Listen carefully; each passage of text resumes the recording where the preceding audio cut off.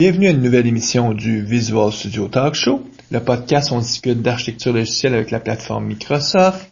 Je m'appelle Mario Cardinal et je suis accompagné de Guy Barrette. Bonjour Mario, comment vas-tu? Je vais bien. En cette merveilleuse journée où il neige. Oui, écoute, on est à quelques jours de Noël. Ben oui, on est dans l'ambiance des fêtes. Effectivement. Et ben là, nous, on en profite pour faire notre émission du mois de décembre. Et pour toutes sortes de raisons, on a pris un peu de délai. Puis on aurait peut-être voulu faire ça la semaine passée, mais en tout cas, la vie fait que c'est juste cette semaine-ci que ça se fait. Et en plus, c'est une émission, c'est un enregistrement qu'on a fait préalablement. Oui. Lors de DevTeach. On peut peut-être juste expliquer c'est quoi DevTeach? Ben oui. Donc, c'est une conférence qui a lieu au Canada, dans 3 grandes villes principalement. Oui, Vancouver, Toronto, Montréal, la plupart du temps, oui. Donc, cette année, en tout cas cet automne, c'était à Vancouver, c'était au début du mois de décembre. J'étais là, toi aussi, Guy, tu étais là. Moi, j'ai fait comme un aller-retour super rapide. Ah oui, écoute, t'es arrivé le dimanche soir, t'es reparti le lundi soir, si je me trompe pas. Le mardi matin, là. Donc, j'ai pas pu participer à l'enregistrement de l'émission d'aujourd'hui. Non, c'est ça, on a essayé de trouver un moment, mais ça fitait pas dans nos horaires et finalement, on a enregistré nous autres, je pense, c'est mercredi avec, donc l'enregistrement qu'on va vous présenter aujourd'hui, c'est Joël Hébert, qui est de Ottawa, qui lui aussi était un conférencier à DevTeach. Et le sujet de Joël s'intéresse beaucoup à tout ce qui est sécurité. Sécurité applicative, sécurité sur le web. Et entre autres, il y a un domaine qui est assez particulier, intéressant, qui s'appelle l'ingénierie sociale. En anglais, ils vont utiliser le terme social engineering, qui est une facette justement des enjeux de sécurité. Puis avec Joël, c'est ce qu'on a discuté. Donc, sans plus tarder, on va vous présenter l'entrevue et on vous revient après pour parler des actualités. Je suis assis avec Joël Hébert. On était à la conférence DevTeach qui est à Vancouver cette année, au mois de décembre 2013. Joël, tu viens de finir une session justement où tu as parlé de l'ingénierie sociale. C'est une session en anglais, donc tu parlais plus de social engineering, qui est plus le terme que peut-être nos auditeurs vont connaître. Je sais pas si c'est une bonne traduction, ingénierie sociale, mais en tout cas, pour nos auditeurs français qui sauraient pas c'est quoi, on va quand même commencer par démystifier. Qu'est-ce que ça veut dire ça, du social engineering? En gros, c'est essentiellement le hacking des êtres humains. C'est une façon de faire l'évaluation des gens, de les manipuler, de faire en sorte que leurs actions sont, comme je disais, manipulées et on peut contortiquer qu'est-ce qu'ils font et ensuite leur faire des choses que naturellement ils feront pas. Pour prendre avantage. C'est ça. Donc c'est un domaine de la sécurité. Puis souvent même on va dire, on pense que sécurité c'est réussir à trouver des failles dans les systèmes informatiques pour tirer parti des ressources. Puis les WizKids ont compris depuis longtemps que souvent t'as même pas besoin de trouver des failles. La faille la plus facile c'est l'être humain, c'est-à-dire peut-être faire en sorte que l'être humain te donne l'accès, t'ouvre la porte sans que tu aies besoin de la débarrer. C'est exactement ça. Donc au lieu de faire une espèce d'attaque contre un site web où tu énumères les mots de passe, essayer d'énumérer les utilisateurs. C'est beaucoup plus facile de déterminer le mot de passe de quelqu'un que peut-être qu'il y a un autre site qui a été compromis sur un autre site web. Les hackers, ils mettent ça sur Pastebin sur l'Internet. Tu peux rechercher le Pastebin et je pense que c'est à 92% les mots de passe et les usernames sont réutilisés un peu partout. Donc, si tu veux trouver le mot de passe et le username de quelqu'un sur LinkedIn, tu vas sur Pastebin et tu vas retrouver peut-être un autre site web comme Sony qui a été hacké. Là, si tu retrouves un match, là, c'est très facile à pénétrer l'autre site web. So, nécessairement, ton site, il peut être très fort en fait de sécurité, mais s'il y a un partage de qu'est-ce qu'on appelle les credentials d'un site à l'autre, c'est très facile à quelqu'un d'avoir Donc, un des premiers avantages que tu dis, c'est que les gens ne commenceront pas à avoir 25 mots de passe pour 25 sites différents. Ils vont réutiliser le même mot de passe. Il faut juste qu'il y ait des sites qui soient hackés ou qui soient mis en compromis pour que le mot de passe soit connu. Puis là, il y a même des gens s'organisent où ils mettent ça sur le web, puis ça s'appelle Pastebin. Pastebin. C'est un des sites, entre autres, où les gens vont aller pour aller chercher ça. Ça, c'est vraiment l'ingénierie sociale de bas niveau, parce que moi, j'ai entendu des histoires où est-ce que les gens appelle une secrétaire puis la mettre dans un contexte où est-ce que elle va avoir peur de perdre sa job, puis en fonction qu'elle a peur de perdre sa job, elle va taper de quoi sur un ordinateur qui va ouvrir une brèche, puis là, les autres vont en tirer parti. Je sais pas si c'est des vraies histoires, mais c'est des histoires un peu abracadabrantes des fois, mais tu te dis waouh, ils ont du toupet ces gens-là, là. Oui, des fois ils jouent avec les émotions des gens. Il y a comme me donner un exemple classique, c'est qu'au gouvernement du Canada, on a un site web qui s'appelle GEDS, G-E-D-S, c'est un répertoire de tous les noms et numéros de téléphone de tous les gens qui travaillent au gouvernement. Donc, si quelqu'un énumère ces numéros de téléphone-là et tout simplement dit « Bonjour, je suis le Help Desk », il y aurait peut-être un 10% des gens qui ont déjà fait une requête au Help Desk. Donc, là, tu établis une espèce de connexion, une espèce de trust avec la personne. Là, d'habitude, la personne va dire « Ok, je peux t'aider avec ton problème. C'est quoi ton problème? » Là, la personne va divulguer le problème. L'autre personne peut jouer avec cette information-là. Puis là, il y en a un autre trust, une confiance avec l'autre personne qui est élevée.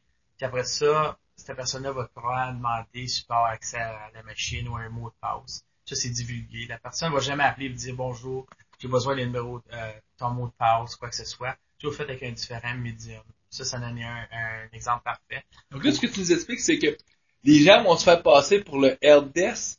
Ils vont te contacter en disant, on a besoin, ou tu sais, le cas classique, tu sais, on t'appelle pour le besoin. Ben là, ça peut-être déjà arrivé sur nos auditeurs, t'as un téléphone, ça sonne chez toi, puis là, quelqu'un dit, ouais, je travaille pour Microsoft et on a détecté un problème sur l'ordinateur. Pouvez-vous aller sur votre ordinateur et aller taper telle chose, puis là, il y a des gens qui comprennent pas que c'est impossible que quelqu'un de Microsoft t'appelle. Puis là, ils vont te faire taper leur mot de passe, tout ça sur un site que là, tu vas dévoiler ton identité, finalement, tes mots secrets. Puis là, la première chose que tu sais, c'est qu'ils viennent voler ton compte .mail, puis ils se mettent à essayer d'en tirer parti. Donc là, c'est un peu la même chose, mais dans le privé, au niveau des entreprises. C'est ça. Puis là, il y a un terme en psychologie qui s'appelle quid pro quo.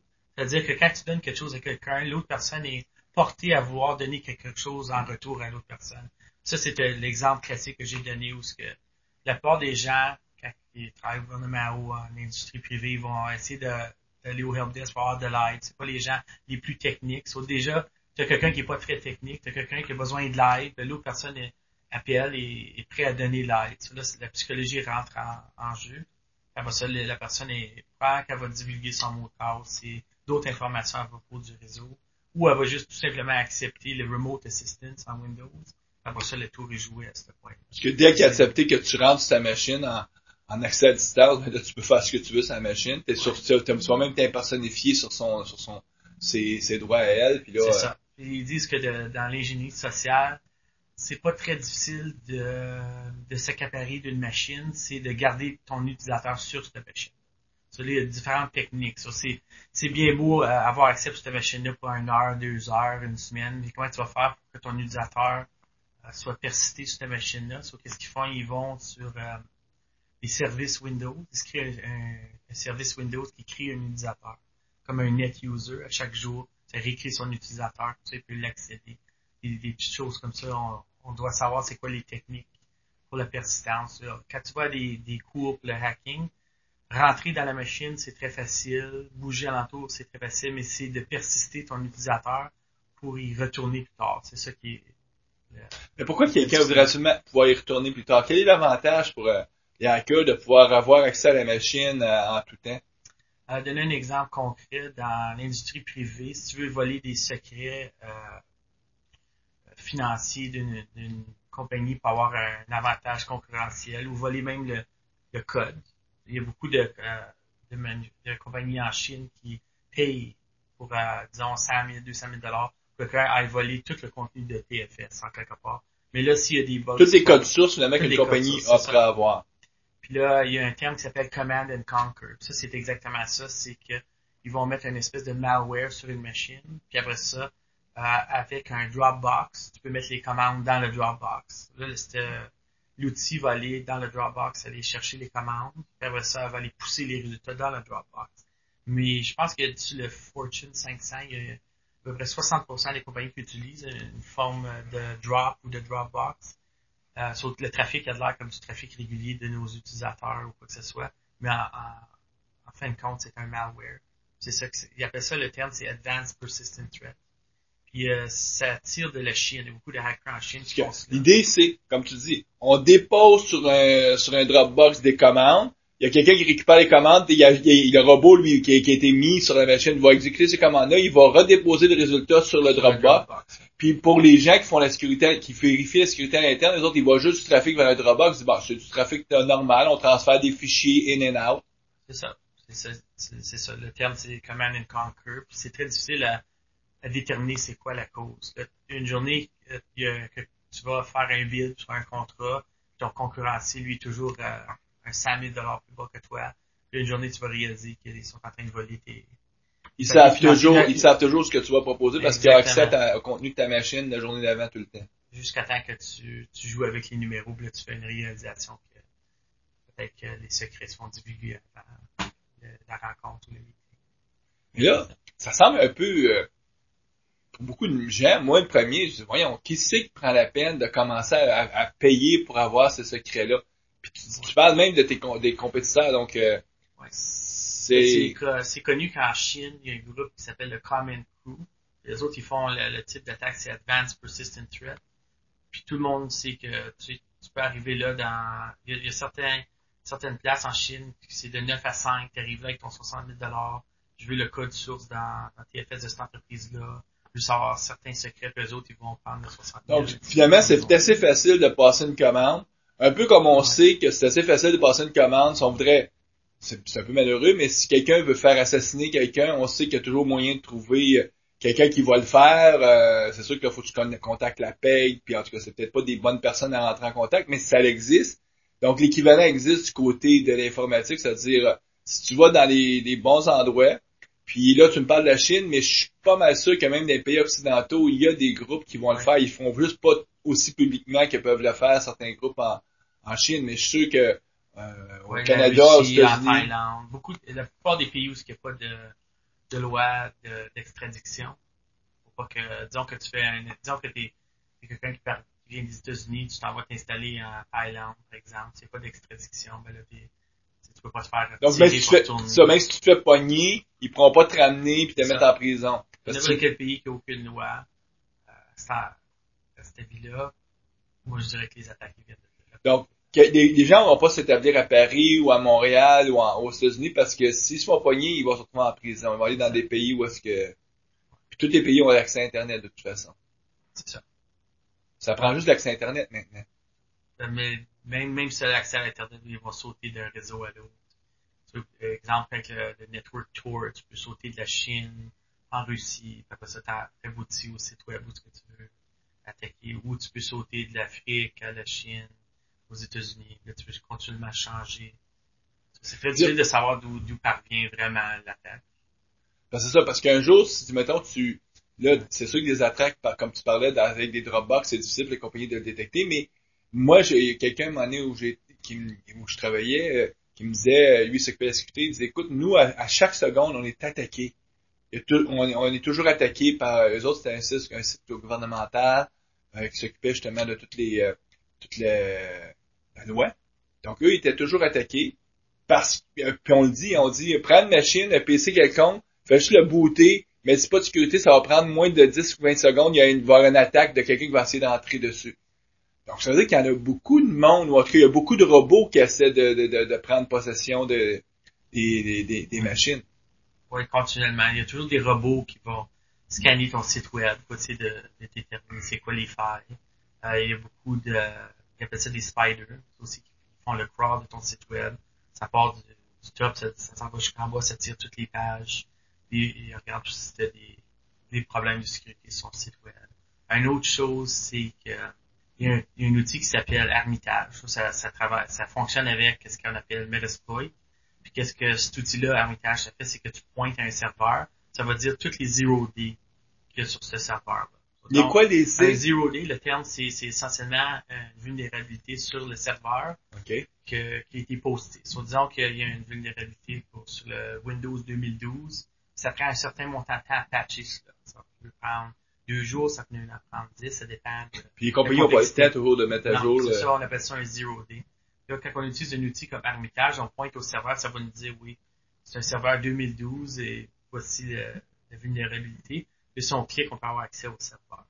Okay. Ça, c'est des affaires c'est pour les scripts qui ou tu peux l'augmenter, mais si on utilise des outils comme Armitage, Metasploit, on peut juste pointer au serveur pour c'est exactement. Mais ça, ce genre d'outil-là, les gens vont utiliser ça une fois qu'ils ont fait une attaque d'ingénierie sociale, parce que le but de l'attaque d'ingénierie sociale, tu me corrigeras si je me trompe, c'est de faire la première entrée, de pouvoir mettre les pieds. Puis, écoute, qui sont à la place, là, ils vont mettre en place leur petit robot. Comme tu dis, après ça, eux autres, ils vont pouvoir se réactiver à la demande pour réaliser les tâches. C'est ça, c'est beaucoup plus facile de rentrer dans un site web ou sur un serveur, dans une entreprise avec l'ingénierie sociale que ceci avec une espèce de brute force.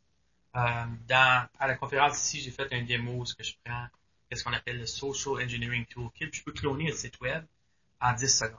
So, tu peux pointer à n'importe quel site web. So, j'ai pris celui de la maison sociale, Opportunity SP, j'ai pointé, j'ai été capable de cloner le site web. Après ça, j'ai été capable d'accaparer tous les mots de passe et les usernames sans faute. J'ai fait ça une quinzaine d'exécutions.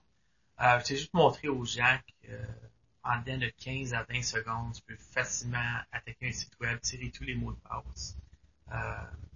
Sur chaque utilisateur qui va sauter sur cette adresse malicieuse-là que tu vas poster sur Internet, va te donner son mot de passe essentiellement. Sur là, tu peux utiliser ça et rentrer dans le site web. C'est assez facile, mais ça fonctionne sur le principe que les gens, une fois qu'ils voient un login, ils ne regardent pas vraiment l'adresse en haut, mettent n'importe quoi. Là, après ça, tu peux prendre cette information-là puis sauter encore par d'autres. Donc, la plupart des gens vont aller sur Facebook, LinkedIn, Docker, Sony, mais là, ils vont réaliser les mêmes choses. Imaginons que toi, tu es capable de répliquer un site d'une compagnie. Là, en ingénierie sociale, ce que tu vas faire, c'est que tu vas peut-être appeler mettons, tu vas avoir le numéro le mot de passe de quelqu'un d'important. Tu vas l'appeler, tu vas faire passer pour mettons, le helpdesk. Puis là, tu vas lui demander d'aller mettons, dans le site de la compagnie, mais il ne saura pas, parce que tu vas le diriger vers de faux site web. Puis là, lui, quand il va se loguer, toi, tu vas pouvoir être capable de ramasser ça, un peu comme si tu aurais mis une espèce de keylocker sur son ordinateur direct pour voir c'est quoi son mot de passe qui rentre. C'est ça. Puis aussi, une fois que je login comme l'utilisateur légitime, j'ai accès à son adresse. J'ai accès à beaucoup d'informations qui est comme protégée. Donc là, disons que j'appelle la compagnie ou l'industrie. Ils vont demander, c'est quoi ta date de naissance? C'est quoi ton mot de téléphone? Ton téléphone? C'est qui ton plateforme? Tout ça, d'habitude, c'est sur le site web. Sur là, après ça, tu pourrais possiblement demander à cette personne de créer un autre utilisateur. Là, ça devient ton vrai utilisateur légitime. C'est le fictif. Mm-hmm. Comme ça, tu peux continuer à faire ton login avec cet utilisateur-là, puis passer en dessous du radar. Ça, c'est une autre chose qu'on peut faire. Puis, donc, grosso modo, mais est-ce qu'on se trompe que la force brute, c'est de moins en moins utilisé, puis c'est plus l'ingénierie sociale qui est utilisée en tout cas par les groupes professionnels? Ou? C'est ça. De fait, il y a trop de bruit avec quand tu fais un brute force sur un serveur, ça génère trop de trafic. Ça avec tous les systèmes de détection d'intrusion, tous les outils qu'on peut mettre en avant, les serveurs, avec les firewalls, ça fait trop de bruit. Il y a trop de requêtes qui se fait. Mais là, j'ai une question pour toi. Tu sais, les groupes qui seraient un peu comme les vengeurs de la veuve et de l'orphelin, je pense entre autres au groupe Anonymous, qui eux, ce qu'ils laissent croire, c'est que c'est toujours de la force brute. Est-ce que c'est vraiment de la force brute ou ils utilisent beaucoup d'ingénierie sociale, mais ils essayent pas de trop publiciser que c'est comme ça qu'ils réussissent à prendre possession beaucoup des sites? De fait, Anonymous sont connus pour faire leur attaque DDoS. Sur les autres, qu'est-ce qu'ils vont faire? Ils vont supplanter un serveur en lui envoyant beaucoup de trafic. Ils sont bien connus pour cela. Notamment, il y avait une faction auparavant dans Anonymous qui s'appelait LawSec. Ils étaient bien connus pour ça. Les autres, ils ont mis à terre, comme exemple, Sony, GOG, toutes sortes d'autres sites web. Mais quand ils ont fait un excellent exercice d'ingénierie sociale contre, je pense que c'était HB Gary Federal, sur leur CEO de cette compagnie-là, lui avait dit, je vais être capable de délimiter c'est qui les membres de ce groupe-là en usant des techniques, en évaluant certains posts sur Internet, je vais être capable de dire c'est qui, avec de l'activité. Eux autres, ils ont décidé de faire un social engineer, puis ils ont appelé, je pense, la compagnie, puis ils ont trouvé son mot de passe. Puis ce type-là avait réussi son mot de passe un peu partout. Uh-huh. So, juste en faisant le social engineer, cette journée-là, au lieu que lui publie son document, ils ont été chercher le document sur les serveurs. Ils l'ont publié. Toutes sortes d'exemples comme cela. Je te donne un autre exemple. l'ancien patron du CIA, c'est le général Petraeus, c'était un général 4 étoiles. Lui, il avait une espèce de... Il était marié, mais il avait un autre... Ça, il y avait une maîtresse, hein, c'est ça. Il y avait une maîtresse, puis il partageait... je pense que c'était Paula Broadwell at Yahoo, je pense. Il partageait le mot de passe. Mais quand Anonymous avait hacké l'autre compagnie, son mot de passe était déjà dans le dump. So, il disait qu'il y avait une possibilité qu'Anonymous avait déjà le login dans son courriel, puis avait vu des échanges d'amour. Ouais. Puis on parle pas de quelqu'un qui connaît pas la sécurité, qui connaît pas les protocoles. Général de l'armée américaine. C'est ça, puis quand tu es un général 4 étoiles, l'affaire, c'est ça n'existe pas un général 5 étoiles. Tu es au haut de la montagne, tu es dans ton apogée. Puis c'est ça, c'est très dangereux à ce point-là. Sur l'ingénierie sociale, n'importe qui aurait pu rentrer dans le courriel à Paula Broadwell parce que c'était seulement 8 caractères. Tu mets ça dans un outil, puis 8 heures plus tard, tu as le mot de passe. Mais son mot de passe, elle était dans un dump. Donc là, ce que tu dis, c'est un mot de passe qui a juste 8 caractères, en dedans de 8 heures maintenant, avec les capacités, on est capable de faire la force brute et trouver le mot de passe. Ouais, dans son cas avec sur Yahoo, avec la méthode de hashing, tout ça. Si elle aurait eu un 9e caractère, je pense pas qu'il y aurait. Il y a eu un type sur l'Internet qui a fait l'essai.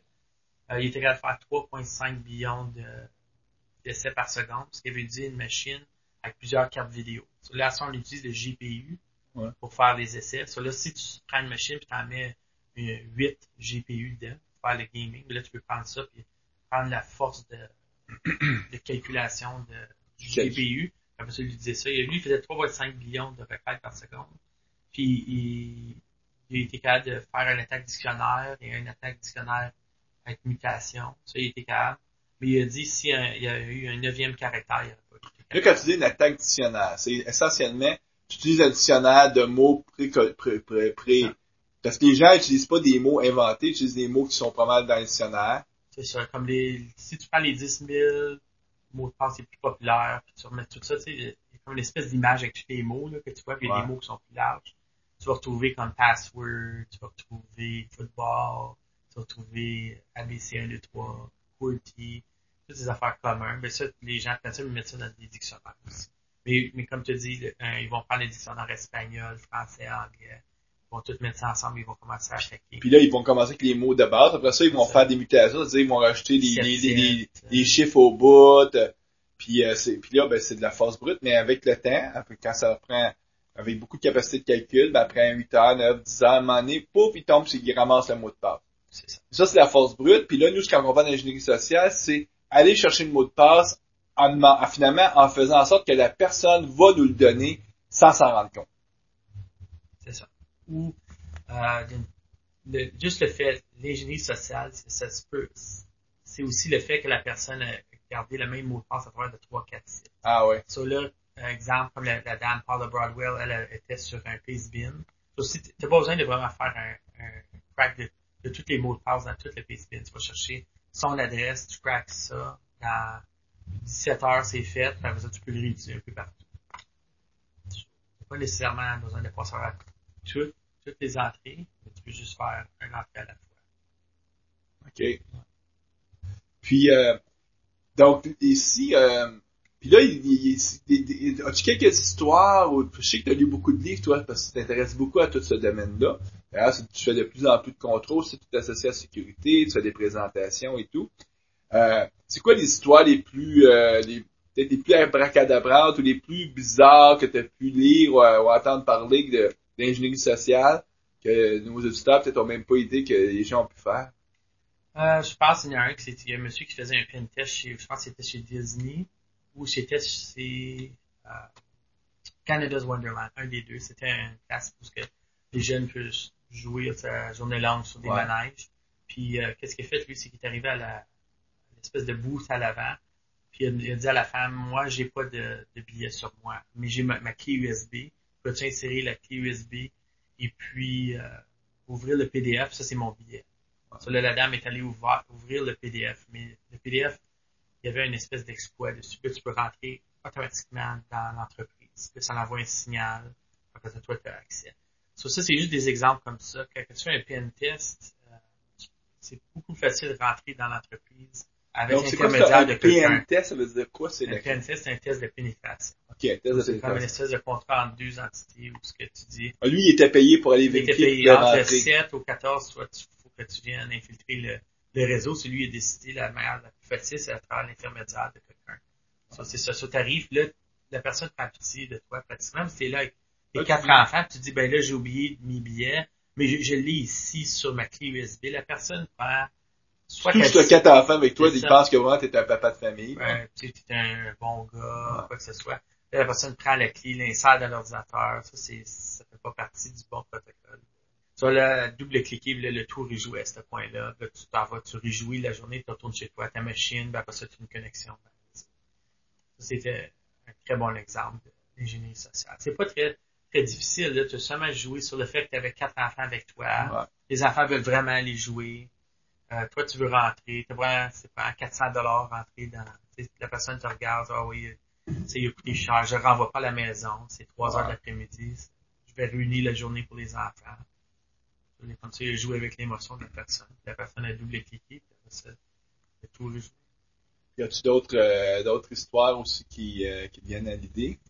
Je pense que j'ai d'autres histoires. La deuxième façon, je pense, la plus facile de rentrer dans un réseau, c'est qu'est-ce qu'on appelle le beating. So, tu prends les petites clés USB. À cette heure, ils ont des chipsets comme des Arduino dessus, toutes sortes d'autres choses. Ça, c'est très puissant. Ça, tu peux penser peut-être que c'est juste un USB, mais vraiment, ça a une chip. C'est capable de faire du TCP/IP. Tu peux programmer cela et les laisser dans les parkings.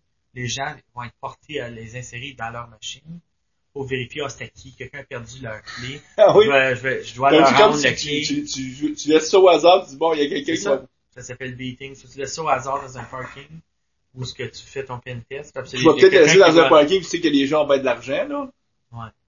Ouais. Ça aussi. Puis les gens, automatiquement, les gens vont l'insérer dans l'ordinateur par curiosité ou par nécessité d'être gentil pour rendre l'item à la personne. Là, Après ça, ils vont double-cliquer sur un PDF. Après ça, c'est ça.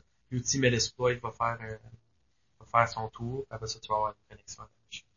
Puis là, ça pourrait, par exemple, être tiré parti d'un coup de cette connexion-là. Tu peux te loguer sur son compte de banque, puis vider son compte de banque, ce genre de choses. Ouais, là, à ce point-là, tu as accès à la machine. Ça, dans ce cas-là, c'est pas tant les compagnies que les personnes eux-mêmes que tu vas attaquer. Ouais, tu pourrais faire ça dépend c'est quoi Tu pourrais le laisser dans le stationnement d'une compagnie en disant, ben là, c'est ça, c'est le monde de cette compagnie-là qui va le ramasser. Là, on voit d'autres choses aussi, comme dans le Social Engineering Toolkit, il y a beaucoup d'attaques par rapport au QR code. Le QR code, c'est comme cliquer sur quelque chose que on ne sait pas c'est quoi que c'est. Donc, le QR code, c'est les fameux codes C'est le symbole. C'est une espèce de symbole. Tu cliques dessus, là, ça va t'envoyer un site web. Mais l'affaire, c'est que tu sais pas c'est quoi que tu cliques dessus. Tu sais pas si ce lien-là, c'est un www.google.com ou c'est quelque chose de malicieux. Ça, tu sais pas.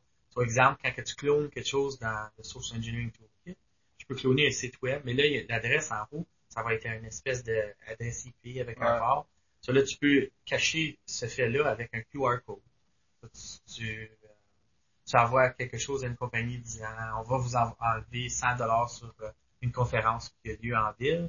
La personne clique dessus, ça t'amène un site fictif, le tour est joué, puis après ça, on peut voler les passwords. Faut pas que ça soit. Yes.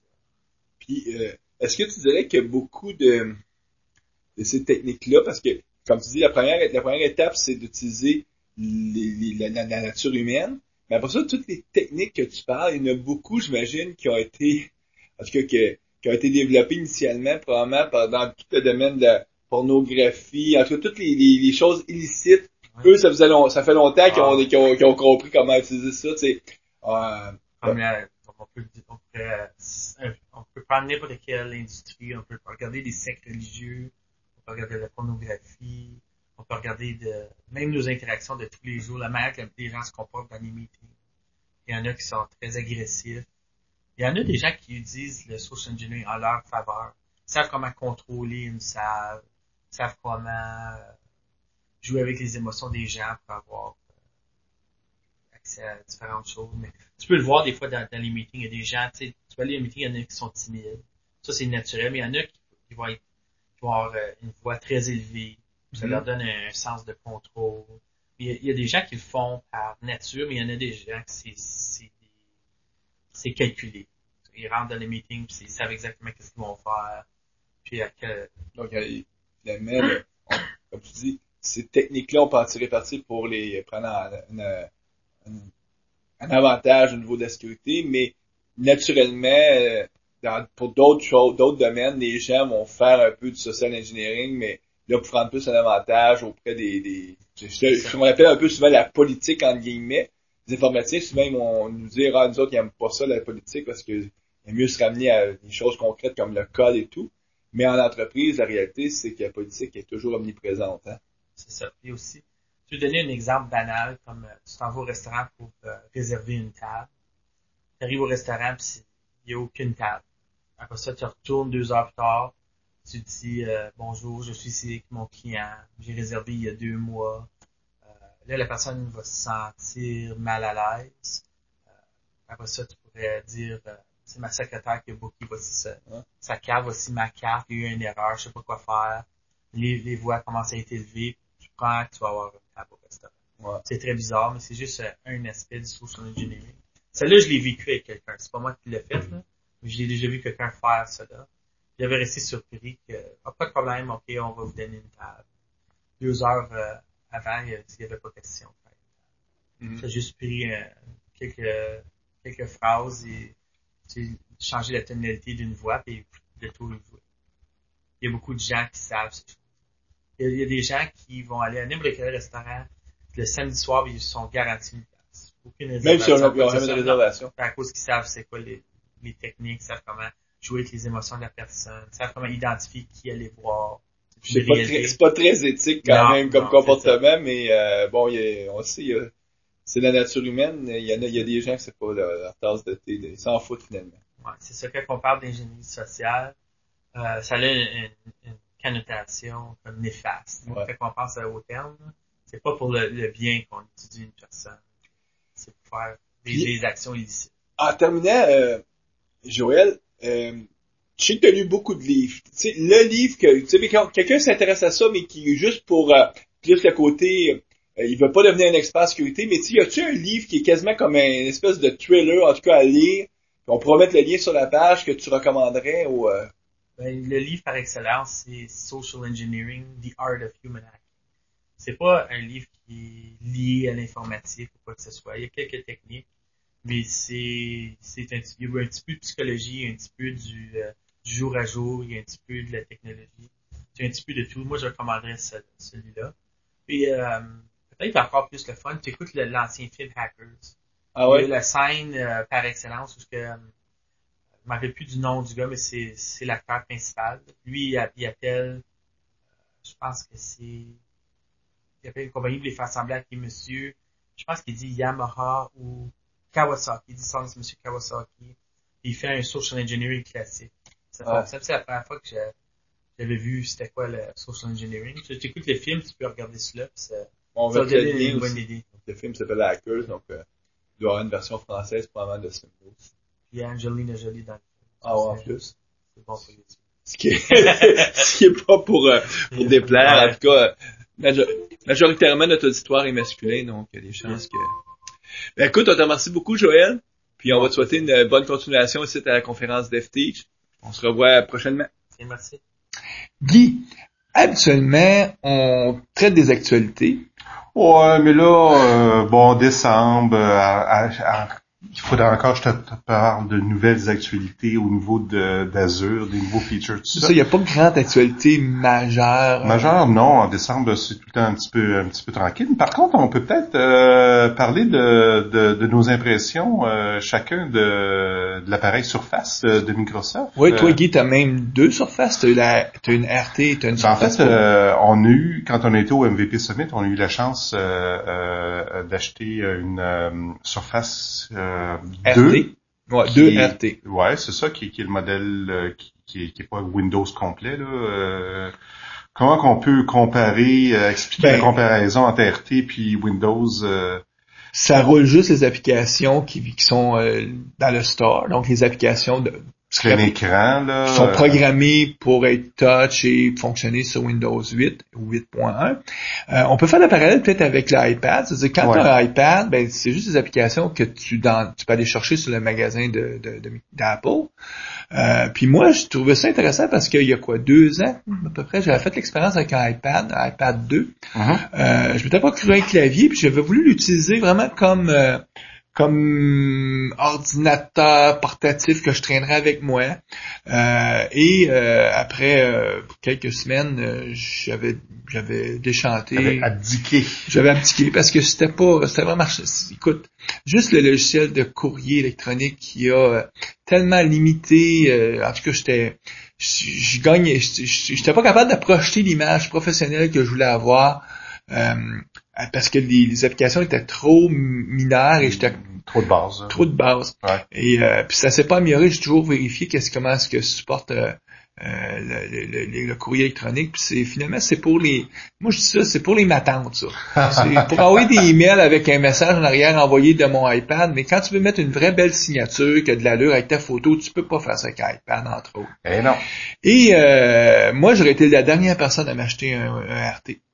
Parce que oui, parce que moi l'impression que j'avais c'était que c'était comme un ordinateur, comme on dit en anglais, brain dead, là, dans le sens où tu peux rien faire avec ça. Rien faire réellement. Et moi c'était mon agréable surprise, c'est que on fait beaucoup avec un RT.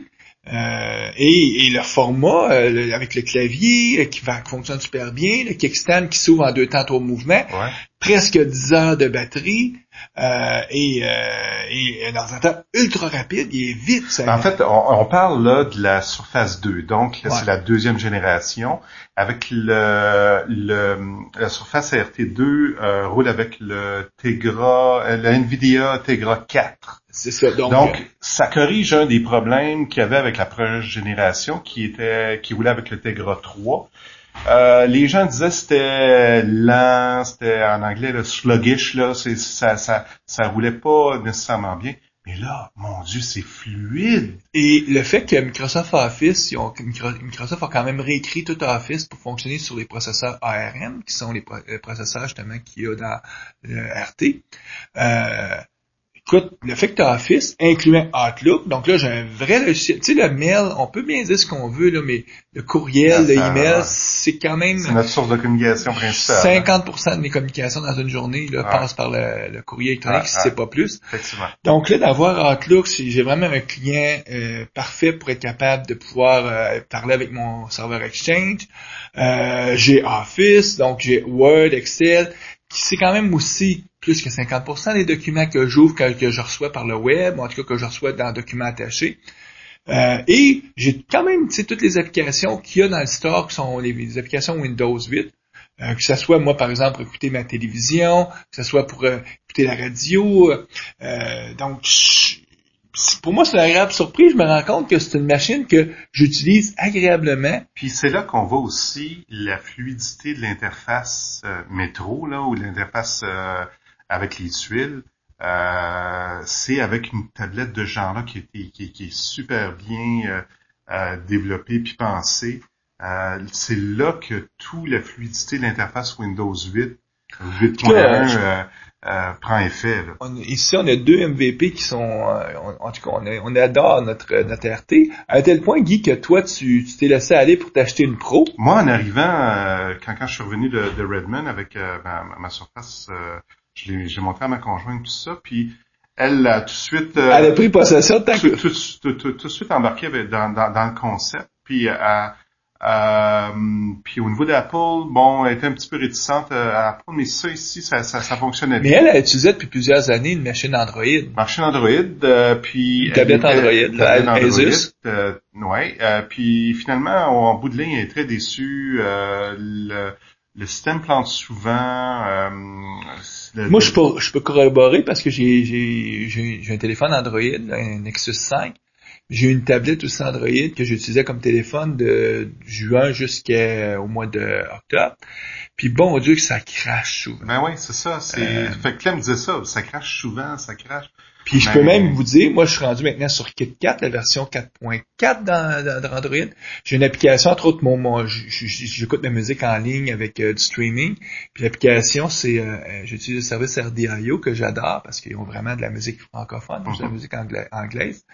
L'application, écoute, j'étais toujours obligé de la forcer, de la fermer. Et là, avec KitKat, c'est mieux. Au lieu que j'aille à faire ça une fois par jour, là, j'allais le faire une fois par semaine. Oh.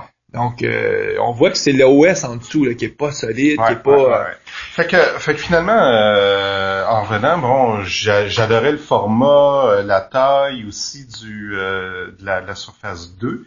Fait que finalement, je me suis déniché une Surface 2 Pro. Tout le modèle avec 8 gigs de mémoire. 8 gigs de mémoire, ouais. Puis j'étais chanceux parce que il y en a pas beaucoup sur le marché. Moi, je vais m'acheter ça. Ben finalement, je me suis acheté moi aussi une Surface Pro. Mais j'ai pris le modèle à 4 gigs. C'est celui-là que j'avais trouvé au magasin. J'étais à Boston, puis j'étais allé justement au Best Buy, puis finalement, je me suis laissé tenter. Je me suis dit, j'en ai tout. Et quand je suis arrivé à la maison, mon garçon de 18 ans, lui, il a vu ma Surface, puis il dit, hey, attends une minute, je veux voir ça. Puis on y avait promis qu'on y achetait un nouvel ordinateur. Puis pour différentes raisons, j'ai dit, écoute, Dominique, et mon fils s'appelle Dominique, on va attendre, je dirais pas ça en septembre, on va acheter plus octobre-novembre, il va y avoir des meilleures tablettes qui vont sortir. Puis là, quand il a vu la Surface Pro, il dit, ben c'est ça que je prends. Et à date, là, lui, il est aussi un consommateur content. Puis il est difficile, mon gars, d'habitude. Et je peux te dire, moi, c'est assez surprenant. Ma fille, mes enfants ont tout ramassé, mais écoute, j'ai des iPads, j'ai du Android à la maison et j'ai du Windows 8. Et mes enfants, à date, sont tous sur Windows 8. Puis quand je leur demande la raison principale, c'est assez simple, c'est que ils consomment beaucoup de contenu que je dirais des fois qui sont pas tout à fait legit. Hein, écouter des films en ligne, c'est quelque chose qu'ils font beaucoup. Et sur une machine Windows, c'est tellement plus facile. Donc, pour eux autres, être soigné avec un iPad qui est pas capable de jouer du Flash, ils veulent rien savoir. Donc, l'iPad, là, c'est pour quand ils sont obligés puis qu'ils veulent faire du Facebook. Mais s'ils veulent vraiment avoir la full machine pour chose, c'est toujours mes tablettes qui prennent. J'ai de la misère à regarder mes tablettes. Mais c'est une bonne nouvelle. Ça, je vais me racheter, moi, aussi un modèle avec 8 gigs. Parce que comme dans mon cas, moi, j'ai souvent besoin d'instancier des machines virtuelles. Donc, ça sera pour... ouais, c'est ça. Mais en tout cas, si les auditeurs ont peut-être un œil sur une Surface 2, que ce soit le modèle RT ou le modèle Pro, franchement, allez-y, je pense que c'est la deuxième génération, c'est des très bonnes machines. Puis on se cachera pas, seulement c'était la troisième génération. Microsoft fait un produit qui déloge la compétition. Donc, si je serais Apple, si je serais Android, j'aurais peur à ce qui s'en vient avec la troisième génération parce que, à quelque part, on peut pas considérer Microsoft comme mort. Je me souviens, moi, j'ai les cheveux blancs. En 1984, j'adorais, moi, la plateforme l'Apple Macintosh à cause du système de fenêtrage. Puis j'avais acheté ça, quand je l'ai acheté, j'avais pas d'argent à l'époque, mais je travaillais avec ça dans ma job d'été. Puis à tel point que quand j'étais revenu sur mon PC en septembre, je m'étais construit un système de fenêtres, text-based. En tout cas, j'avais fait ça là, pendant quelques semaines. J'avais travaillé fort pour me faire un système parce que je voulais avoir une souris, puis je voulais pas être avec un clavier. Puis donc, je surveillais ce que Microsoft faisait beaucoup avec Windows. À l'époque, c'était Windows 1.03. Oh. Ça marchait pas. C'était trop lent. Ils ont sorti 2.1 dans cette année-là. Puis ils ont sorti 2.0, mais 2.1 rapidement, mais des fixes. Et j'avais essayé la 2.1 avec une souris, puis encore là, les processeurs n'étaient pas assez puissants. Écoute, j'avais beau avoir un 286 à l'époque, donc j'ai vécu en mode DOS, je suis devenu un utilisateur, j'aimais beaucoup utiliser Norton Commander, parce que j'aimais ça avoir quand même une coquille, un shell qui avait de l'allure. Et c'est l'année subséquente, quand ils ont sorti 3.1, que là, vraiment, j'ai fait le saut en Windows. À l'époque, c'était difficile de trouver un éditeur, un traitement de texte. Il n'y avait pas Word, là. Écoute, je me souviens, j'utilisais Ami, qui était un des premiers, qui était super lent parce qu'il était pas programmé, qui était racheté par Lotus à l'époque. Et mais là, 3.11 est arrivé, le Workgroup qui permettait de connecter les ordinateurs comme on pouvait faire depuis à peu près 4-5 ans avec les produits Apple. C'est connecter des Macintosh qui se reconnaissent, qui se passent, c'est quelque chose que Apple faisait depuis 4-5 ans. C'est intéressant de penser à ça. Apple avait 4 ans d'avance et ils ont quand même perdu la guerre pour le système à fenêtrage. Apple aujourd'hui a 4 ans d'avance avec l'iTunes, avec ça. Puis on le voit, le iTunes est en perte de vitesse. Les gens refusent d'acheter des chansons à 99 cents, puis d'acheter des films à des prix qui sont beaucoup trop astronomiques. Et donc, puis je pense qu'Apple fait la même erreur qu'ils ont faite. Ils se nichent en disant, nous autres, on peut faire des grosses marges de profit, mais au lieu de viser le volume, ils essaient plus de viser le produit de haut de gamme. C'est peut-être pas une mauvaise stratégie parce que c'est très rentable pour eux, mais ça donne la chance aux compétiteurs comme Android et à les Microsoft de revenir de l'arrière. Donc, c'est intéressant de voir ce qui va se passer dans les prochaines années. Oui, exactement. Guy, nous, on va souhaiter bonne programmation et un joyeux temps des fêtes à nos auditeurs. Oui. Puis, on se vous revoit en janvier. En 2014. Bonjour.